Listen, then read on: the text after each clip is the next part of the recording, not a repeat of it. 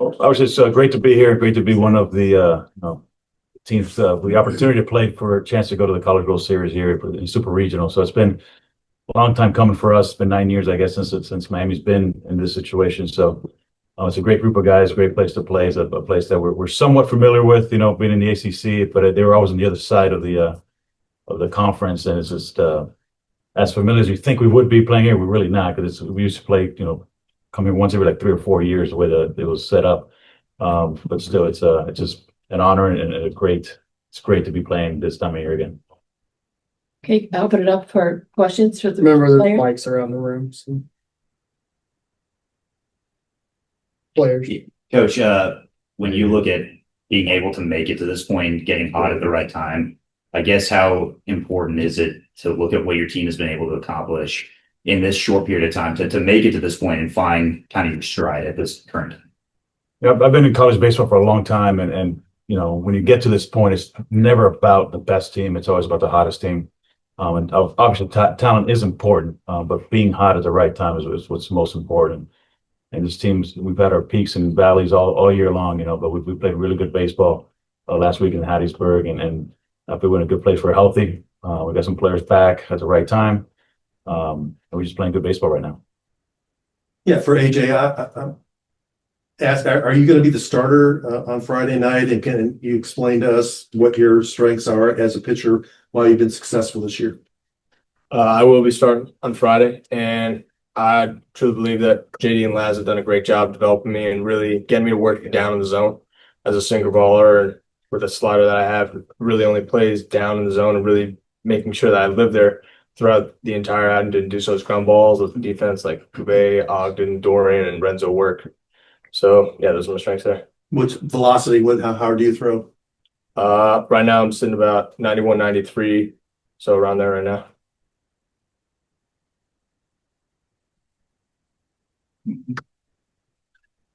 For AJ and Daniel, how much do you feel like the ACC as a league has prepared you coming in? Obviously, this series will guarantee at least one representative of the ACC in Omaha, and possibly having 4 other, 5 teams total. What does that say about the league and how it's prepared? Yeah, I mean, it's arguably the strongest league in the team this year. Obviously, with the most teams in the Super Regional. So I think that goes to show that we're prepared for whatever we have ahead of us, and that the challenges we faced all year are at the highest level. So that will prepare us for this weekend. Kind of coming off of what he said as well, we faced some of the top teams in the ACC as well. We went to UNC and played at UNC. We were able to take one away when all 3 games arguably were pretty winnable ourselves as well. When we played FSU, they came into town. We put up a good fight against them on Saturday and ended up taking those games, and being able to face those guys, face those arms, prepares for his moment. Yeah, you guys went on the road last week and won in Hattiesburg as the 3 seed. Louisville won on the road in Nashville as the 2 seed against the overall number 1 seed in the tournament. Is there any advantage to playing at home in baseball at all, or is there any disadvantage of being the road team? There definitely is somewhat of an advantage. I mean, obviously in Hattiesburg, there's a strong crowd, very loud, rowdy guys right there in the bullpen. Well, I think we as a team did a very good job of matching their energy in the dugout, making sure they were still alive and awake. Even when we were down in that 9 spot, we still managed to get a couple runs back. And just being able to stay alive and awake in that dugout, and kind of regardless of where the game is at, just make sure to keep pushing forward, keep putting up runs. AJ, this is a very deep lineup ultimately that U of L features. It can kind of hurt you at any point in the lineup. What do you see as far as when you go up against them on Friday? Kind of how are you planning to match up, and what will be the way that you try to attack them?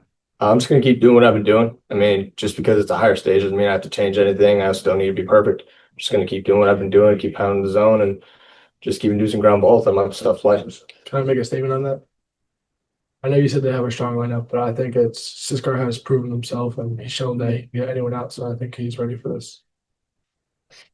Daniel, you guys just play each other this year in the ACC, obviously, but last year down at your place, it was a really good series. I think the first game was extras and that. Totally different teams, but do you take anything away from, past history of trying to learn some stuff about, I mean, will you, I think you had a grand slam, or I know you had a home run in the one game. Will you take anything away from like how they pitched you or anything like that? I mean, not really. I mean, they were a competitive team.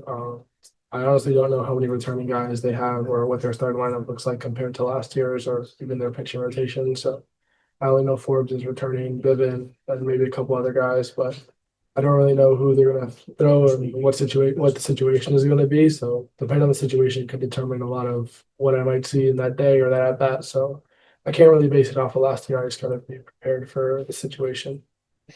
Yeah, Miami has a really strong and proud tradition in baseball. They've won national championships in the past, and there are a lot of big league players, pro players that come from the program or live in Miami. Do you guys work out in the off season with any MLB players? And if so, who? Yeah, there's obviously a lot of former players, Yohandi, Morales, TJ Kfis, plenty of other guys, pitchers who come in and work, and they come in the off season, come in the weight room, and they even come practice with us on the field sometimes if they need to.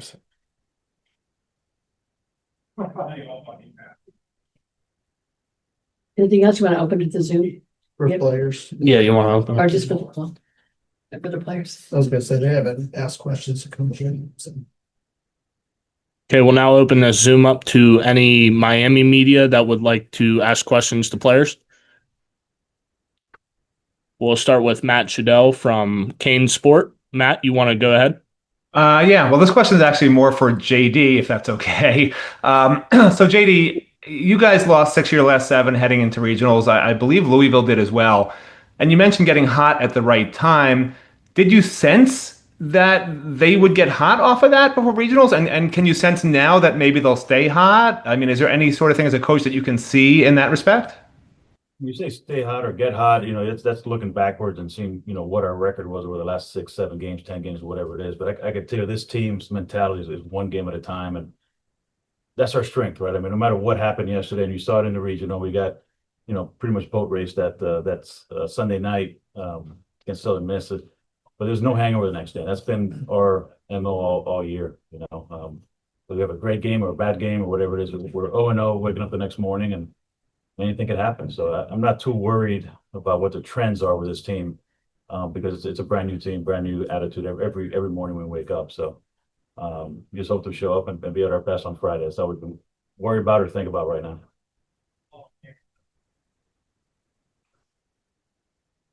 Any other Miami media, please use the hand raise function.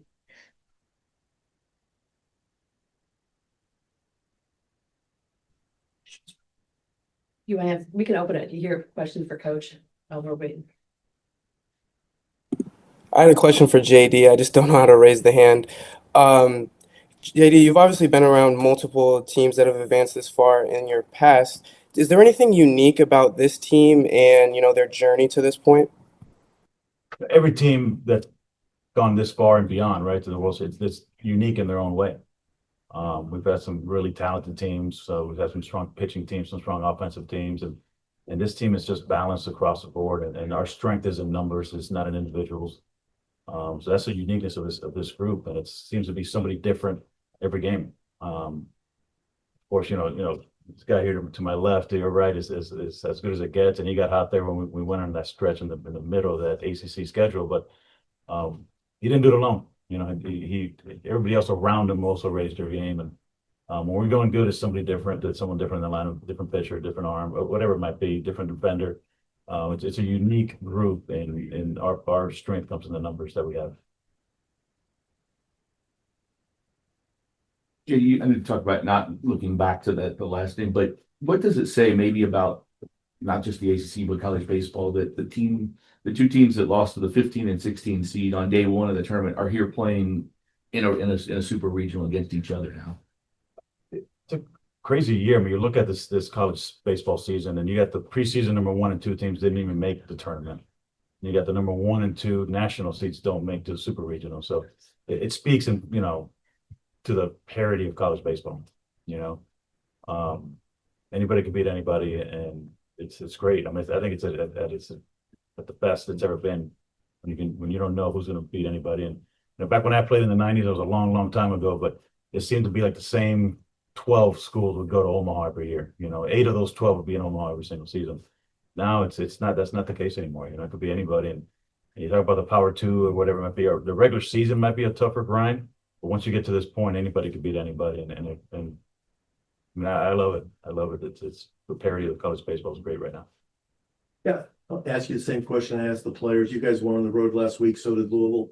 Is there an advantage or disadvantage of being at home or away? And if there are any, how do you try to mitigate them? I wouldn't call them advantages, disadvantages. I think the team with better makeup and character is at a lesser disadvantage by being on the road. And again, we were in an environment which was very hostile, and to me, I loved it. Most of our guys love playing in it.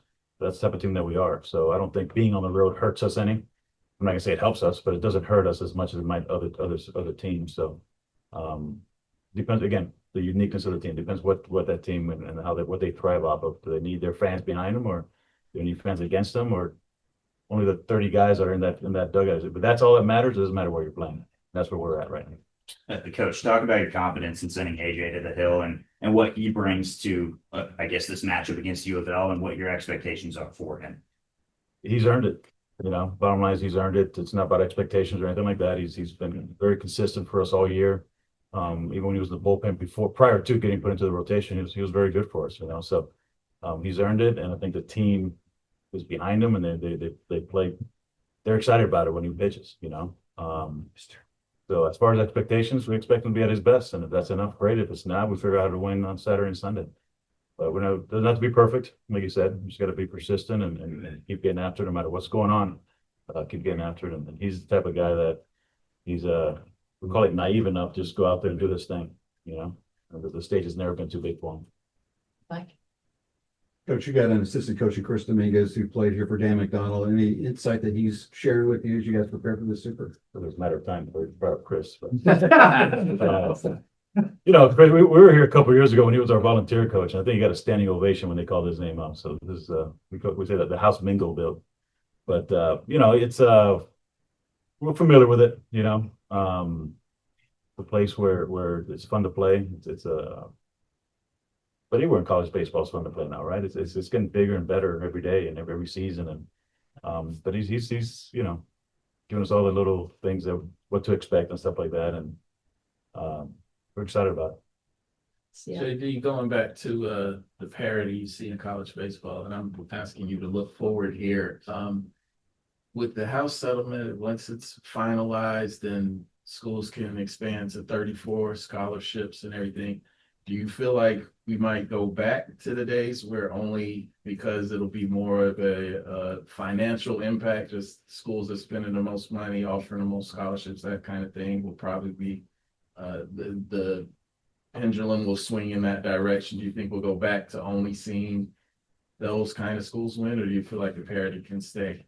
I don't think so. I mean, I don't think. I mean, you're talking financial right now. There is no parity financially right now in college baseball. Whether it's NIL or whether it's scholarships or whether it's the cost of your institution. I mean, it costs a little over $90,000 to per year to go to Miami, where some state schools are half of that, or not even much less than that. I don't think that's the parity. I don't think it's the financial side of it, because at the end of the day, only one pitcher can pitch at a time and 9 hitters can play at a time. I just think that the quality of the college baseball players is getting better and better with the reduction of draft picks, rounds. The reduction of free agent signings at the end of seasons, just because they're just limited at bats and innings in professional baseball on the minor league. So I just think the player is getting better and better. So, I mean, it doesn't matter what team you're facing. They got a guy in the mound throwing 94, 96 miles an hour. You never saw that before. I just think the quality of the player is getting better, not so much the financial laws of rules, whatever you want to call it, that in the sport. Coach, you just mentioned earlier about the history of your program, obviously the championships and the World Series appearances. First question, when you were there, did you guys go every year you were to the World Series? All 4 years. I'm the Buffalo Bills of college baseball. Okay. That's what I thought. Not too hard. The Bills are my favorite team. So You didn't win. You never dogpile. never dogpiled. We were 1 out away in 1996 against LSU, and Warren Morris hit the home run. I was just pointing out they got Rosenblatt in the back wall there, and explaining to these guys how the wind was blowing in that day, or else Pat Burrow would have put it, made the game unreachable in the 5th inning. But it was blowing left to right, and down the right field line is the only place that ball was leaving. And that's where Warren hit it right down the line there. So So what does it mean for you to, I mean, obviously you got work to do this weekend. You're not back in the World Series, but just to be back in the Super and have the opportunity, what does it mean for the program? Like you said, it's been a little while. It just means we're closer to where we need to be. We're not there yet. And by any means are we there yet, but we're closer to where we need to be, and we got an opportunity to get even a step closer. Miami, we've had 4 great seasons at Miami, in 82, 85, 99, and 01. The rest of the time we've had good seasons. Another, 21 good seasons that we've gotten to Omaha. The rest have been what happened, so expectations are as high as anywhere else in the country there. And that's fine. That's the way we want it. We want expectations because they give us every resource we need to get there, right? So without expectation, what are we doing it for? So not there yet. We're closer. And we're just looking for Friday night to get one step closer. A-Rod's name is on your stadium. I don't think he played for you because he was signed out of high school, I believe. But does he come around, and do many of your former Miami players, are they around the program? They do. A lot of them still live in Miami. Of course, like Daniel said, a lot of them work out there. And not even Miami guys. There's a lot of pro guys that work out that never played in Miami. But, I guess Manny Machado is probably the biggest name. He works out there every day. And our strength coach actually works a lot of those guys out. So, but A-Rod comes around. Me and A-Rod grew up together. He was the best man at my wedding, and I was actually supposed to pick him up for 8 a.m. class our freshman year in Miami. And he called me at 2 a.m. saying that don't pick me up. I just signed with the. He committed. He committed in South Miami, and but of course he's first pick and signed right before class. So. But he comes around often, not so much now. He just, purchased the Timberwolves, and he's during the NBA season. He spends a lot of time out in Minnesota, and but he keeps in contact quite a bit.